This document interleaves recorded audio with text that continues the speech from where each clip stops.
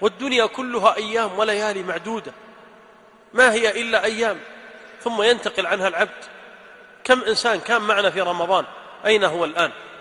كل منا يعرف، لو طلبنا أمثلة لا ذكر كل واحد منا يمكن 5 أمثلة أو 10 أمثلة من قريب أو حبيب أو صديق أو جار أو ما شابه ذلك.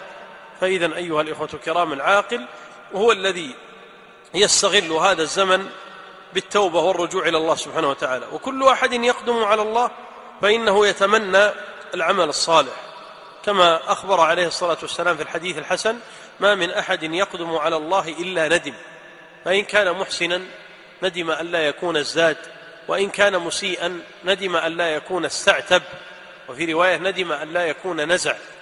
فإذا أيها الأخ المبارك، عليك أن تتقي الله سبحانه وتعالى. ومن نعمة الله علينا أن أبقانا إلى هذا الوقت.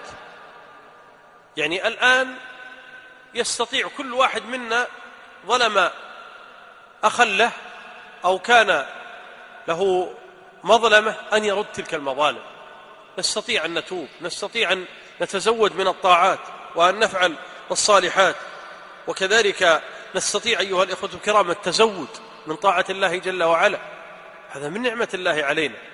فما دمت يا أخي في دار المهلة وغيرك يتمنى هذه الدقائق التي أنت فيها، فبادر وسارع. والدنيا متاع وزائل، وكما قال الأول: إنا لنفرح بالأيام نقطعها وكل يوم مضى يدني من الأجل. كما قال عمر بن عبد العزيز قال: إن الليل والنهار يعملان فيك فاعمل فيهما، يعني بطاعة الله. قال ابن مسعود: إنما أندم على يوم لم يزدد فيه عملي ودنا فيه أجلي، لأن كل يوم يقربك إلى الله وإلى الدار الآخرة. قال الحسن البصري: يا ابن آدم إنما أنت أيام، كلما مضى منك يوم مضى منك بعضك.